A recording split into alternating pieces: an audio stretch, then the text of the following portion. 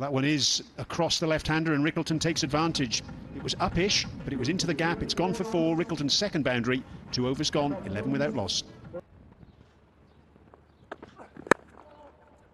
Here's that shot through extra cover again from Rickleton. It's the same result as 2 previous ones. His 3rd boundary of the day. He's got that. That'll be a boundary. Nice intent again from De Zorzi. Get up in there. This could be the breakthrough. He should be able to get underneath it. Does comfortably, and there it is. There is the breakthrough. So he was using his feet, and then Mark Adair said, you just stay in your crease, and he gave him a tester and proved to break this partnership. But a good bit of thinking again from Adair. He's really is a thinking man's bowler. He's known that De Zorzi's come down the wicket at him a few times. So this one he whacks in. It just rushes De Zorzi. Tony De Zorzi goes for 12. South Africa 31 for 1.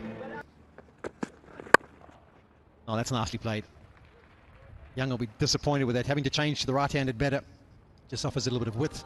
And tempers onto it. Just strong square of the wicket. Oh!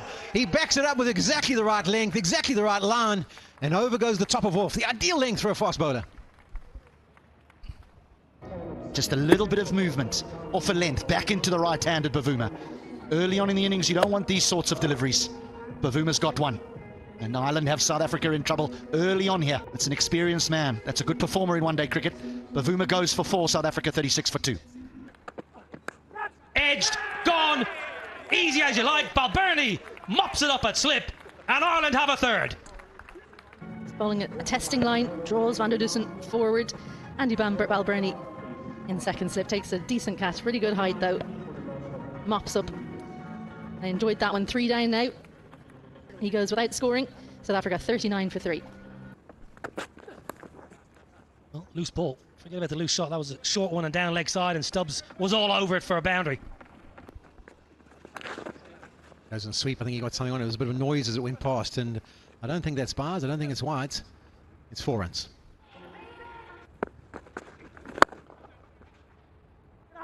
Oh, and that's just over the fielder's head as well. I think it's Graham Hume down there at long on. It's gone for 6.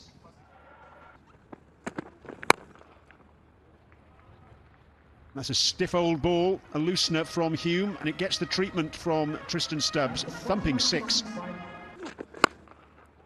Oh, that's all the way. That is a good strike, a good hit by Stubbs, and takes him 43. Straight and long. Power from Rickleton. Now he goes leg side. This is a real strength of Rickleton. And is this the moment that South Africa say enough now? It's time to get on with it. Oh, nicely played. Very clever. The wrong un picked. Touch. Beaten that man at backward point. He's timed it well enough as well. Now that brings up the 100 partnership. Uses his feet and crashes that one away down the ground. That should go the whole way. And that's a wonderful strike from Stubbs. Brings up the 150 for South Africa. Sweeps and sweeps very well. It's the placement that's so key. He would have been aware that anything he could get behind square on that leg side will go away to the fence. And that's why there's a little wry smile. McBride comes on, and straight away it's hit down the ground. So welcome back into the attack, Andy McBride. The slower ball, short ball. It's been clobbered through mid-wicket for 4. Stand on ceremony, Tristan Stubbs. Yes. McBride strikes. Oh, what a big wicket that is for Ireland. And Rickleton, in sight of a maiden international 100, departs. Vital breakthrough for the Irish. McBride gets it. Heartbreak for Rickleton. Throws the hands at it. Wasn't expecting this delivery. Didn't get close enough. Takes the bottom of the bat and cannons onto the stumps. Just what Ireland needed. They've needed it for a while, truth be told. They needed to break this partnership. It's just past the 150 mark. Tristan Stubbs disappointed for his teammate. A 91 from 102 for Ryan Rickleton. South Africa 191 for 4. Out. What a good catch by Balbirnie. That was hit hard. Low and to his right. The former captain grabbing hold of that one. Stubbs can't believe it. But I'll tell you what, he's got to head back to the pavilion. Adair brought back to make the breakthrough. Stubbs didn't go up, didn't go down, just went catchable height to Andy Balbirnie. That's a sharp catch, but again, perfect technique from Andy Balbirnie. That's his second catch. Tristan Stubbs, he goes for 79 from 86. And South Africa now 198 for 5 down the leg side. Out again. Balbirnie again. Adair again. South Africa's 6 down. Pelequeo, the all-rounder goes. Well, it's a different batter, but the same two, bowler and catcher as the last wicket. An even easier catch, and that's what you see from the reaction of Andy Balbirnie. Pelequeo goes for just 1. South Africa 201 for 6. And taken. Harry Tector in the deep. Wiaan Mulder just helped himself, helped the ball on its way to the man at deep mid-wicket. That is not an ideal time to get out for the South African all-rounder. Craig Young sticking to his plans, pace off into the surface, setting up. All Wiaan Mulder could do is picking out that field there deep square. It's an excellent running catch by Tector. That's another massive blow for South Africa. 2-1-2 for 7 now. His next 5, he's got that fine. Williams gets that fine, and it's a much needed boundary for South Africa. Edge, and that could go away to a fence. That's a little bonus boundary. Young will be disappointed. He's charged in, and it's come off the glove. Well short of the keeper, but nice way for South Africa to start the over. Oh, that's nicely played, but it's not hit with enough contact. And what he does is he picks out Tector just in front of square. When it left the bat, I thought it was good enough to go, but not the case. Field is in the right position, yeah, rolling the fingers across it. Excellent from Craig Young. I was with you initially, I thought it sounded good. Tector is positioned exactly where he needs to be, takes the mark. Lazard Williams goes for 13, 229 for 8. Nasty ball, but just as well is the shot. Controls it wonderfully, does Fontaine. I said he's doing a good job, and that brings up the 250 for South Africa. Oh, you've got to feel Fontaine for Fontaine. It was that delivery that he bowled with great effect in the last T20 International, the back of a length, bang it into the surface, slow ball. And Fontaine is absolutely middled it. He just had to miss the short mid wicket left or right by a metre or so. But he's picked him out, and there's the 9th wicket down. 4th catch. Absolutely smokes this right out of the screws, but straight to Balbirnie. A good knock from Bjorn Fontaine, gone for 28, 254 for 9. He strikes and strikes brilliantly. That's as good a strike as we've seen all day. Last delivery, Bartman on strike. Slow ball, and he's not going to get that far. South Africa going to finish on 271 for 9. So they did bat the full 50 overs out. And after being 39 for 3, I suppose South Africa will be pretty happy with 271. Will it be enough? Well, we'll have to wait and see. But for now, Ireland will probably not be upset as well, having been put in the field and done a really good job with the ball in hand. I'd agree with you that the bowlers were superb. It was just Rickleton and Stubbs, and then a bit of contributions down the order from Fontaine, Williams and Ngidi. Men South Africa got 271 for 9. I thought the bowling was superb. Bowling wise, no? Yeah, once again, Mark Adair setting the tone with a new ball, 4 for 50. Exceptional. Craig Young, I thought was excellent ball. Good pace, good skills. Nice to see Gavin Hoey make his debut, 0 for 65. He'll have better days, but he bowled better than that. Spinner Andrew McBride was tidy, 1 for 46. So 272 will be the target for South Africa, just under 5.5 and over. So have a bit of a break. Go and get yourself a bit of a coffee, a feed, a bit of food, a bit of snacks, and join us. We'll be back in about 20 minutes to see how South Africa get on.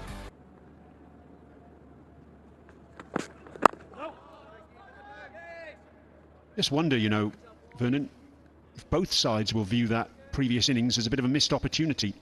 Get himself in.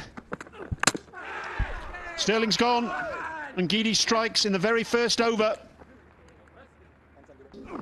Yeah, just playing away from his thumbs a touch.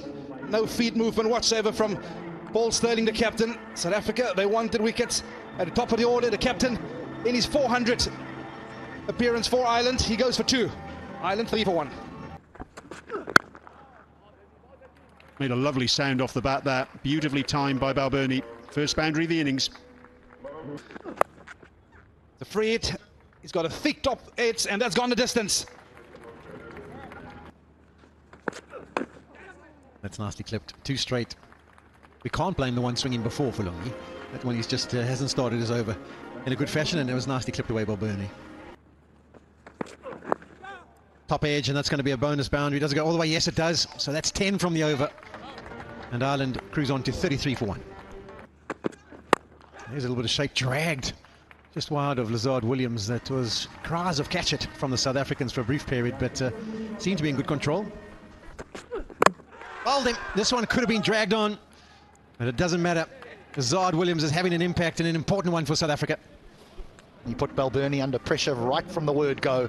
He had an LBW shout that was turned down. This just nips back, and he's skiddy. He's a skiddy customer. And he actually deserves that one. As Andy Balbirnie goes for 20, Ireland 38 for 2. Edged and beats the slip, and it'll make its way to the fence.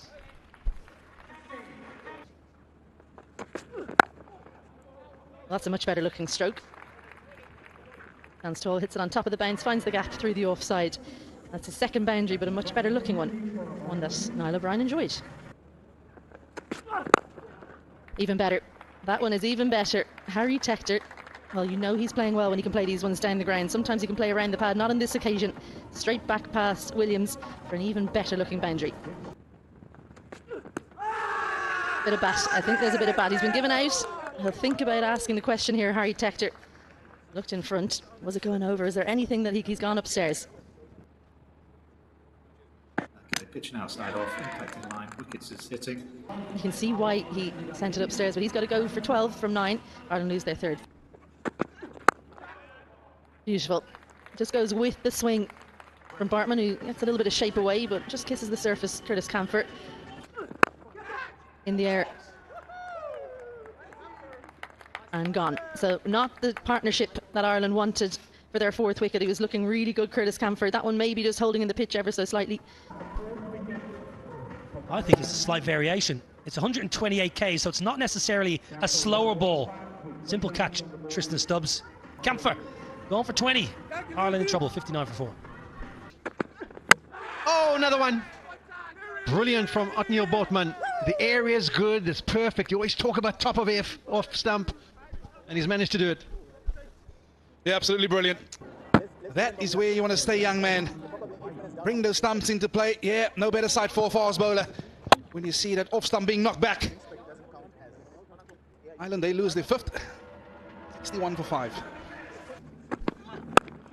That is nicely played. It's been few and far between, and this could be that boundary. It's been 35 deliveries. They eventually get one away to the fence. A little bit of width, and Dockrell climbs into it. That's terrific.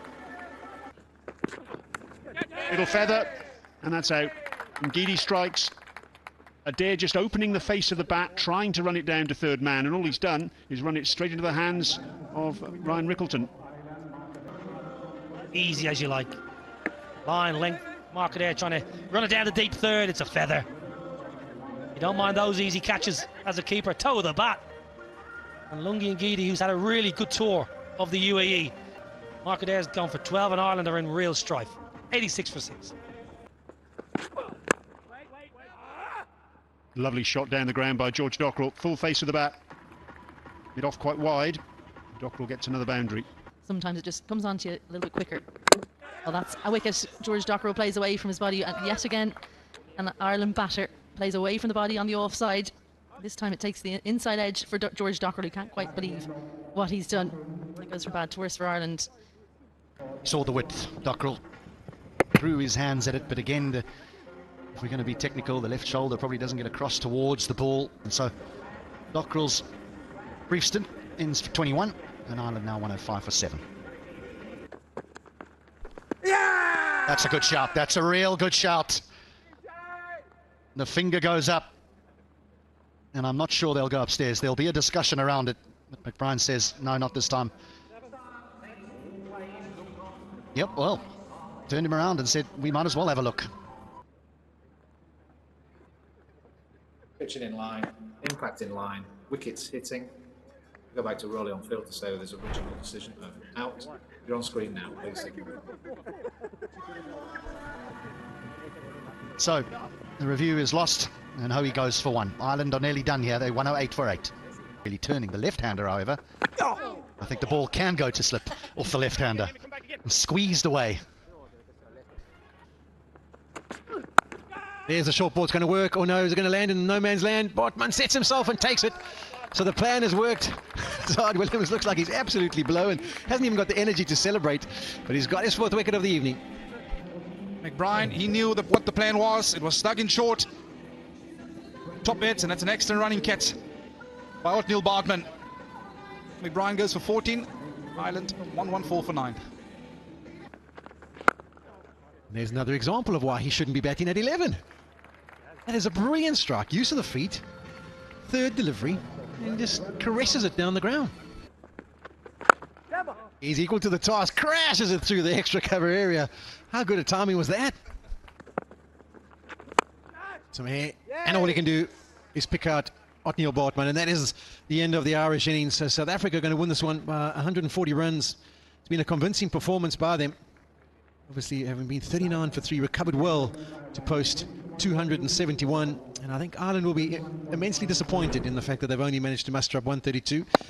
Hume trying to use his feet, trying to go over the top, but picks out Bartman, gives Fontaine his second wicket of the evening.